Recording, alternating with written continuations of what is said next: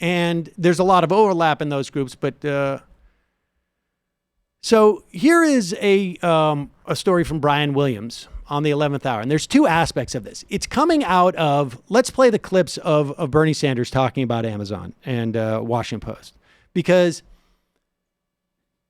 Bernie Sanders has been talking about the coverage and the nature of the questions that he's getting, which are all, and we saw this during the debates, and he wasn't certainly the only person who made this complaint during the debates.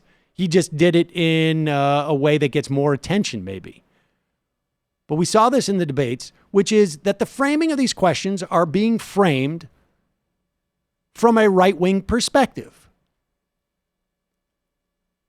If I ask about immigration, there's 4 different ways, there's 20 different ways that I can ask about the same issue of immigration, but ask it in ways that are leading in one direction or another.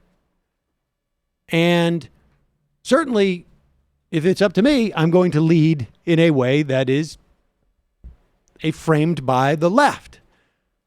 And I imagine if Sean Hannity is doing it, he's going to lead by a frame of the right. But when you're doing a debate with Democrats, what is the point?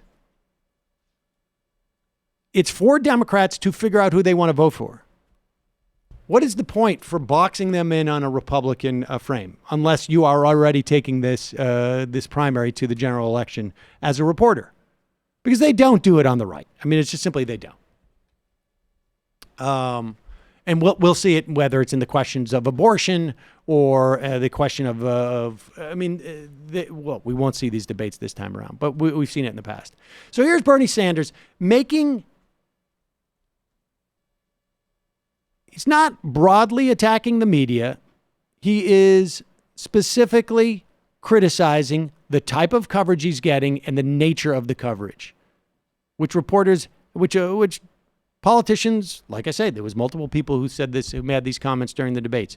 But here he is, and he ties Bezos into this. But listen carefully, because he's being accused of creating some type of conspiracy, as if Jeff Bezos calls up people in the office and says, don't do this. Anybody here know how much Amazon paid in taxes last year? Yeah. See, and I talk about that all of the time, and then I wonder why the Washington Post, which is owned by Jeff Bezos, who owns Amazon, doesn't write particularly good articles about me. I don't know why. We have pointed out over and over again that Amazon made $10 billion in profit last year. You know how much they paid in taxes? They got it, zero. Any wonder why the Washington Post is not one of my great supporters? I wonder why. New York Times, not much better. Now, so that's basically the evidence that Bernie Sanders is peddling some type of conspiracy theory. Here is a coverage of that on with Brian Williams. Was this last night?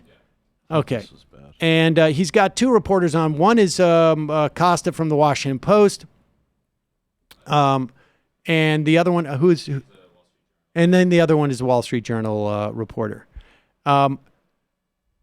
Here is Brian Williams. Caught my attention from the political Twitter site called the Horse Whisperer. Pause it. Okay, first he's going to start with a tweet from the political Twitter site of the Horse Whisperer. Yeah. Prominent. Yeah. But prominent website, twitter.com/horse whisperer. This is the High Horse Whisperer ranking. tweet, right? My attention from the political Twitter site called the Horse Whisperer. Okay, since this is trending, here's my Bernie story. The year was 2016 and Bernie was already long eliminated from contention. An actual Democrat would have stopped torpedoing the nominee and worked to defeat Trump, but Bernie had books to sell. The end. That kind of nicely sums up how some Democrats feel about Bernie when they hear him using a... All right, let's just stop there for a moment. So that summarizes how some Democrats perceive what Bernie did. And that is accurate. Some Democrats do perceive Bernie as having done that. Who are those Democrats? Well, since Brian Williams used the Horse Whisperer to represent them, let's look and see who the horse whisperer is. Turns out the horse whisperer is a marketing guy who has worked with Exxon, Aetna, Citibank. Click on the right there. This is a list of his LinkedIn. He is a senior strategy consultant, independent, consultant to leading agencies and clients. Clients include American Express, Gillette, DirecTV, L'Oreal, Exxon, Genentech, Merck, Eli Lilly. Those are pharmaceutical companies. Cisco, Verizon, AT&T, T-Mobile, Old Navy, Time Inc., etc. So he's definitely a Hillary Clinton Democrat. Well, I don't know if he's a Hillary Clinton Democrat or not. The point is, he is a corporate. He is from the corporate sector. Now, led the growth efforts for U.S. offices of International Integrated Agency Network. In this role was responsibility for cultivating relationships, proposing marketing strategies and programs from major marketers, including Aetna, Citibank, Bristol Myers, numerous others. Now, I'm not suggesting that Aetna or Citibank or Exxon or any other of these major corporations told the horse whisperer to tweet like that. Okay? Because this dynamic and this relationship is really important. I don't believe that Aetna, AT&T, Exxon, Bristol Myers, Eli Lilly, whatever other drug companies he worked for, the ones he's not mentioning because he thinks those might be problematic. The military. Rumor is the military. That's Whatever. a rumor I've heard. Yeah. I'm not suggesting that any of those companies told him to tweet that. No. What I am suggesting is that the reason why they hire a guy like that is because he's a guy who would tweet like that. And this is an important dynamic to keep in mind here. Let's continue with that. Trump talking point. What is the state of the Sanders campaign as you know it? Well, the Sanders campaign is very frustrated right now with coverage, and they're not alone. Democrats, Republicans, politicians generally start to blame the media when they don't like coverage. What is new and what is sort of a Trump-like attack line is tying the Washington Post to Amazon with no, he has no evidence here. And we saw him tone this down a little bit, but we saw Marty Barron come back and say this is a conspiracy theory.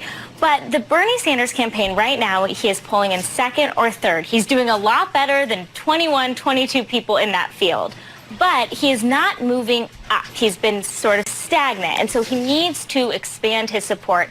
And he is frustrated about coverage that points out that he is not, he's number two, but Joe Biden is still certainly in the lead. And he is competing with people like Elizabeth Warren, who has a lot of very similar ideas, but her polling is going upwards. So while Sanders is stagnant, his campaign is frustrated by coverage that they view is not talking about all of the great things he's doing and all of the support he has, which he certainly does have support. He's got lots of donors, he's got grassroots support, but political campaigns want to talk about the good and not any of the bad. So, Robert Costa, when General Electric owned this building and this network, it coincided with the birth of the interwebs, and a lot of conspiracy theorists had us all on a conference call every morning with Jack Welch. So we'd have the talking points from the electric power division, the nuclear division, electric trains, all of that. Of course, it was never true, and I ask you just to show our homework.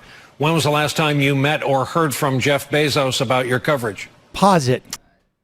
Now, I will tell you this, that in 2004, I knew an MSNBC contributor who was very, very explicit.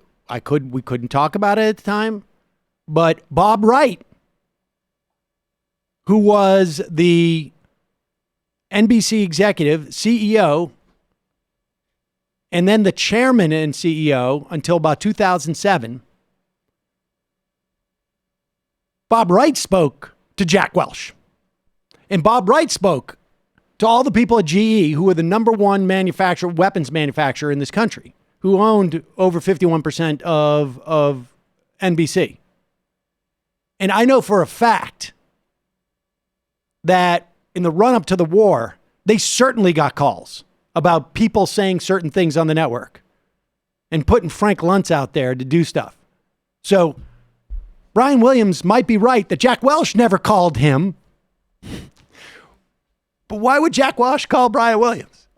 Why wouldn't Jack Welch call Brian Williams' boss and say, hey, now my bet is that never had to happen, because in the same way that Aetna and Exxon and Eli Lilly don't have to tell the guy who works for them and does marketing, hey, you should be critical of the political candidate who wants to take away our power.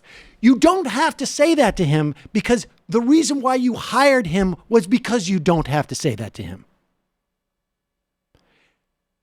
So when Bernie Sanders says that the Washington Post comes after him and cites the relationship they have with Amazon and one of the richest individuals in the country with a corporation that pays no taxes, the issue isn't that Jeff Bezos calls up the Washington Post and says, hey, I need you guys to toe my line. When Jeff Bezos buys the Washington Post, he does so because it's a paper that toes his line. That doesn't mean every reporter there. But when decisions are made, and we know how it went down at the Times, when decisions are made to put coverage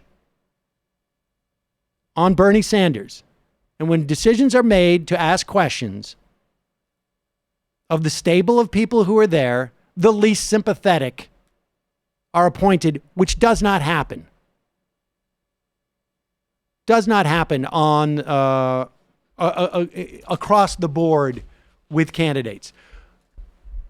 Look, this is controversial in the context of book reviews. And people are able to say, hey, wait a second. Why are you having someone who doesn't know anything about this topic review that book? Or why are you having someone who has a problem because his wife left him to go with this guy's brother, review this book? That happens all the time. And when people talk about that, there's no conspiracy theories. People say this is a bad editorial assessment. Jeff Bezos buys this paper, and if he doesn't feel like he has to interfere, it's because he's happy with what it's doing for him and his interests.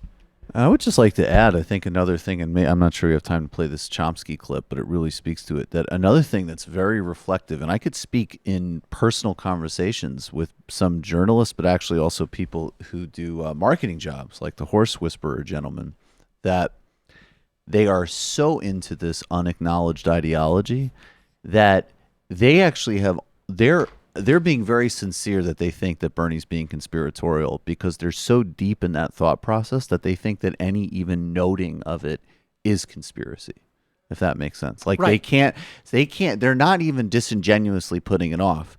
They cannot even understand the distinction between how stupid do they think Jeff Bezos is? Literally, like, how stupid would Jeff Bezos have to be to financially support a major publication that would be critical of it, of his interests? And they understand that in every other field of life, because it's intuitive and obvious. But when it comes to them, they're so regimented that they don't think so. All right, we're going to get